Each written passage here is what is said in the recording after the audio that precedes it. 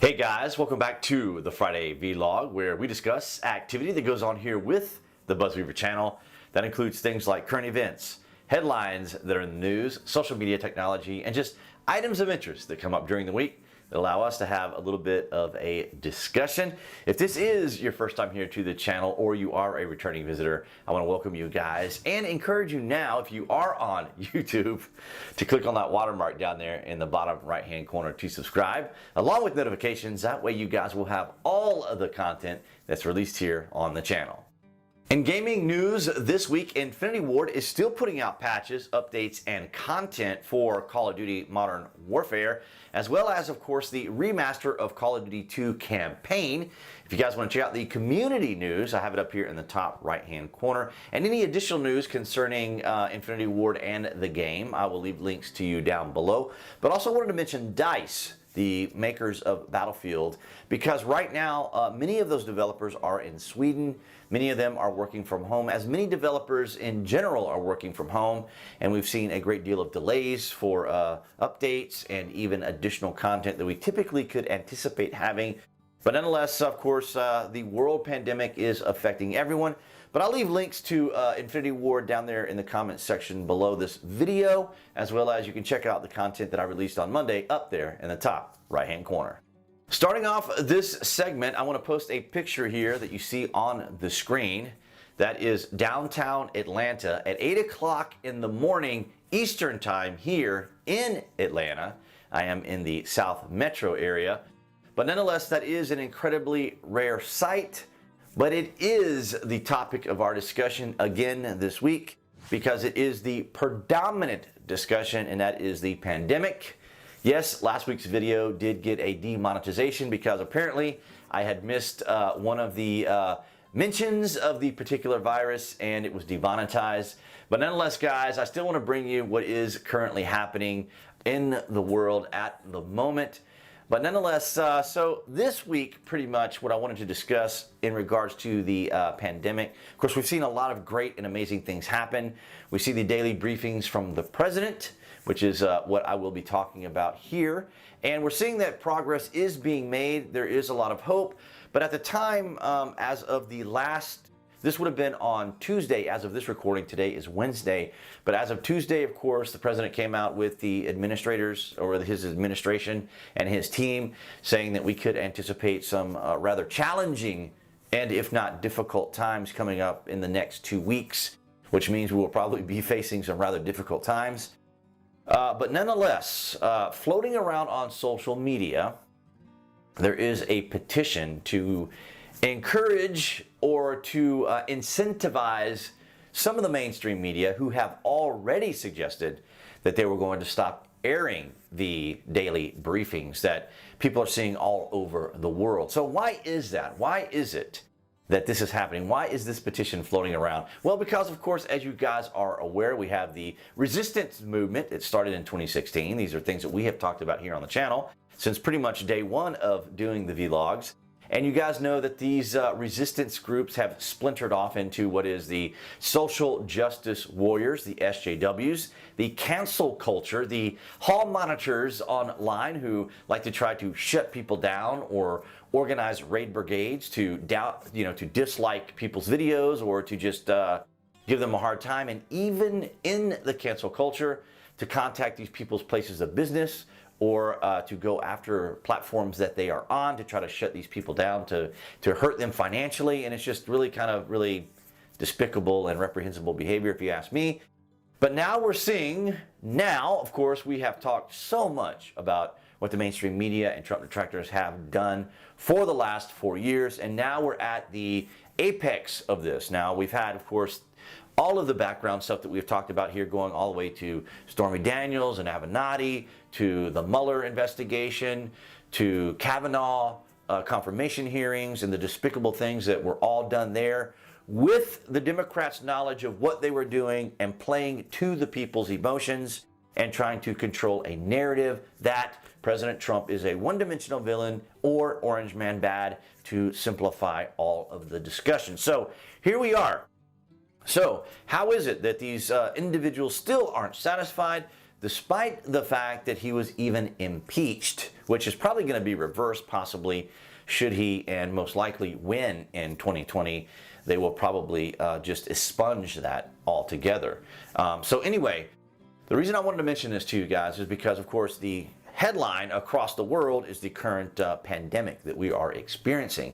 And every day, each day at 5 p.m., roughly 5:30 p.m. Eastern Daylight Time, the president comes on to do his briefing with Dr. Fauci and Dr. Brex and other, the Surgeon General sometimes, and just other individuals who are part of his team or task force that is addressing the pandemic. So let's talk about the specific reason. And that is because right now, President Trump's approval rating, his approval rating for handling the pandemic is at 60%. Very high approval. Also, speaking of approval, his job approval is at an all-time high at 47%. Even higher than Barack Obama's was during the same time during Obama's administration prior to an election. And President Trump is even higher than Obama right now. And so, of course, the Trump detractors cannot stand the fact that the world, including Americans, are relying and watching and listening and being influenced by the president. And so they want to try to shut him down. I don't think this is going to be very successful because if you think about it, if you think about some of these networks not airing the briefings, it is the most watched program each day on television, even higher than Monday Night Football, which is one of the biggest here in the States, even bigger than all the Grammys, the Oscars, all of those combined together, and higher than any television show that's even out there. President Trump is absolutely nailing it. When I go on YouTube and I'm looking at all the live streams from Yahoo, from Fox News, even CNN, Sky News out of the UK, there are hundreds of thousands of people watching either online or even on television these daily briefings. So this is the level where we're at. We've always been at this level. You know I've always talked about this. You know I've always emphasized it, right? And that is that these individuals' sole purpose and sole goal is to try to convince everyone to hate the president as much as they do.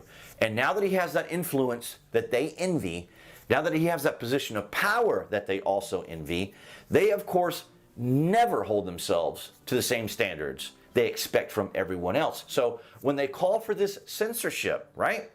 Let's use Twitter as an example. Remember when Jack Dorsey, the CEO of Twitter, and Vijaya, who is like the security director and so forth that manages the platform, said they were going to eliminate all political ads and campaigning and just political type advertisements in general. And these individuals cheered. All the blue check mark paparazzi journalists within their little bubble and echo chambers all cheered on this. They were so excited about it until they tried to post some of their political ads and information. And who came out in their defense? Elizabeth Warren came out and said, what is Twitter doing by censoring all these individuals? Well, you called for it, you asked for it, and you got it. And this is what's going to happen with these particular agencies. Because this is so popular right now, people are watching. People are watching on these programs. Even Trump detractors are watching on their particular networks, of course, because these networks will then follow up what he just said with, you know, these underhanded, all of these statements about how he said this and they compare it to that. And if you watch any of these, you see how some of the media members, like Jim Acosta, for example, and others from Washington Post, are always trying to ask gotcha questions. You know, they try to take certain numbers, certain phrases, certain things the president says, and then reverse it and say, well, you said this, and you said that, you said this to this governor said this to that governor, this governor said this to you, and, you know, the whole thing on ventilators, the whole thing on generators, the whole thing on the logistics, and just pretty much anything that can try to get the president on to catch him in some type of contradiction or, you know, misspeak on the president's part about what he was talking about. For example, wanting to start the country up because we do need industries and business to run. You saw the picture from Atlanta, downtown Atlanta. We see the pictures from New York. We see the pictures from LA.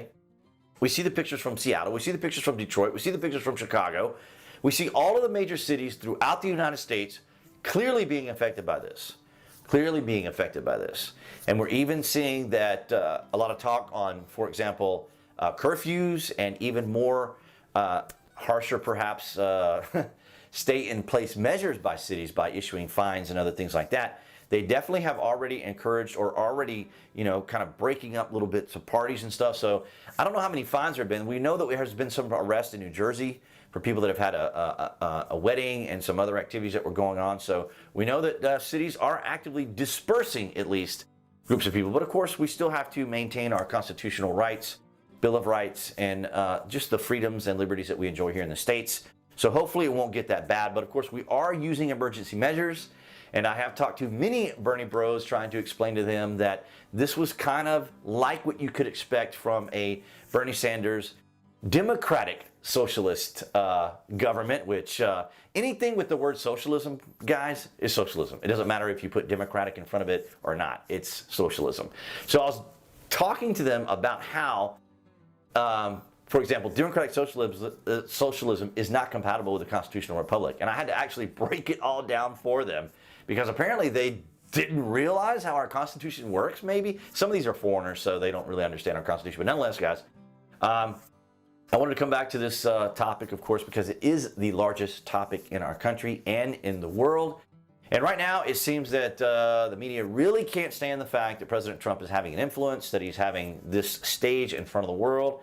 And so floating around in social media is this petition to try to, get these networks, some of them, not all of them, to censor the president. But the thing is, isn't it interesting how they call for the censorship, but when it affects them, then all of a sudden they want to clamor and complain and whine that they're being censored, not realizing that when you censor something, you pretty much censor everything, including themselves. And here's the crux of it. Here's the point. If they decide not to air the daily briefings, then they're losing out on views. And guess what? They're going to go to the competition. They're going to go to Fox. They're going to go watch it on Fox. They're going to watch the streams online with Sky News out of the UK. They're going to go somewhere to hear it because people want to hear these briefings. This is like the center topic discussion every single day on a topic that's affecting America and the world. People are going to watch the content. So this idea that the Trump detractors and many on the left, not everybody on the left, not all Democrats, but these particular cancel culture, social justice warrior individuals are trying to yet again implement censorship, but of course they don't want it to apply to them, but nonetheless, that's what they're trying to do. Now, if you guys want to look into this, now I'm not going to post a link to this organization, it's handling the censorship at all, or the petition, but nonetheless, guys, just wanted to bring up that for you in this particular segment, as this topic, guys, just is the dominant topic, and it seems as though we managed to get through it without mentioning the actual name of the pandemic. But nonetheless, guys, that is, again, the leading topic of this week. For additional information, I will leave you links below the video. All right, guys, so that's going to wrap it up for another Friday vlog for this week. I want to thank all of you guys for your continued participation here on the channel. All of you who are watching on DTube and or BitChute, I would encourage you guys to give me a follow there as well. And all of you who are here on YouTube, of course, see the obligatory icon appearing right there on the screen to subscribe along with notifications. That way, all of you guys will have all the latest on the Friday vlogs each week. And I will see you guys right there behind the camera next week.